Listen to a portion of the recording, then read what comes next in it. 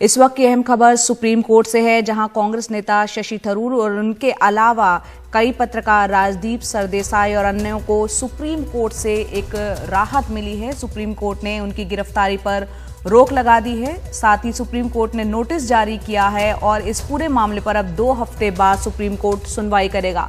तुषार मेहता ने इसका विरोध किया और कहा कि उनके जो ट्वीट्स थे वो गंभीर प्रभाव उससे पड़ा है।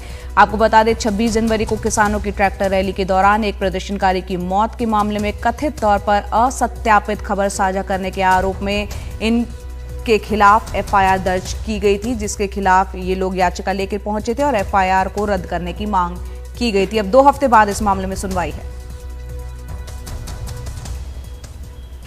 और हमारे साथी आशीष भार्गव जुड़ गए। आशीष, क्या क्या दलीलें थी और तुषार मेहता साहब क्यों विरोध कर रहे थे, वो क्या पक्ष रख रहे थे?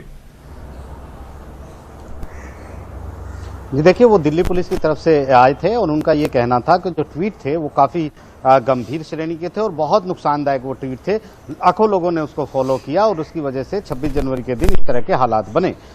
तो यहाँ पर कपिल सिब्बल जो पेश हो रहे थे शशि थरूर और अन्य के लिए, वो कह रहे थे कि ऐसा कुछ नहीं था और ये कोई राजद्रोह का मामला नहीं बनता है और इस पर गिरफ्तारी पर रोक लगाना बहुत जरूरी है, क्योंकि पुलिस दिल्ली में पहुंच चुकी है। कई जगह मुकदमे दर्ज हुए हैं, एमपी में, यूपी में, दिल्ली में भी, और एक गुड़गांव में भी एफआईआर दर्ज है। तो कुल मिलाकर चीफ जस्टिस पहले नहीं देना चाहते थे, लेकिन उन्होंने पूछा तुषार मेहता से कि क्या आप लोग गिरफ्तार करेंगे इस दौरान जब तक सुनवाई चलेगी। तो तुषार मेहता ने ये कहते हुए दलील दी कि वो सिर्फ दिल्ली पुलिस की तरफ से हैं, बाकी के लिए वो नहीं कह सकते। तो यहाँ पर सुप्रीम कोर्ट ने हालांकि शुरू में कपिल सिब्बल से पूछा कि क्या खतरा है, कहाँ खतरा है आपको इस तरह गिरफ्तारी का, लेकिन सीधे तौर पर जब इस तरह का माहौल बनता नजर आया तो सीधे तौर पर चीफ जस्टिस की जो बेंच थी और chief justice S A Bobde ने कहा कि जब तक हम इस मामले की सुनवाई कर रहे हैं, अगले 2 हफ्ते के बाद हम सुनवाई करेंगे। नोटिस जारी किया है यूपी को, एमपी को और दिल्ली को,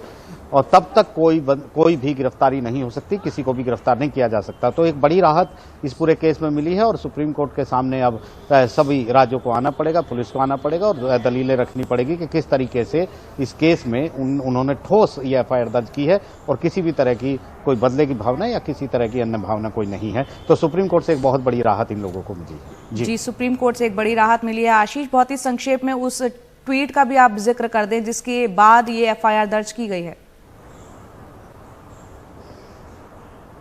जी देखिए, ये एक ट्वीट था जिसमें 26 जनवरी के दिन जब ट्रैक्टर रैली हो रही थी और हिंसा हो रही थी, तो एक उसमें जो एक सिख युवक जो था उसकी मौत हो गई थी और ट्रैक्टर वो पलटा था। दिल्ली पुलिस ने दावा किया था कि ट्रैक्टर पलटने से मौत हुई। एक सीसीटीवी फुटेज भी दिया था, लेकिन इन लोगों ने ट्वीट किया था और ये कथित तौर पर दावा किया था कि उसकी मौत दिल्ली पुलिस की गोली से हुई है, जिस पर काफी हंगामा भी हुआ था और इसी को लेकर अलग अलग जगह पर मुकदमे दर्ज हुए। यूपी में कई केस दर्ज हुए, एमपी में कई केस दर्ज हुए, दिल्ली में भी 30 जनवरी को एक केस दर्ज हुआ कि ये एक राजद्रोह है और एक साजिश है और लोगों को गुमराह करने की और भड़काने की कोशिश है। जी।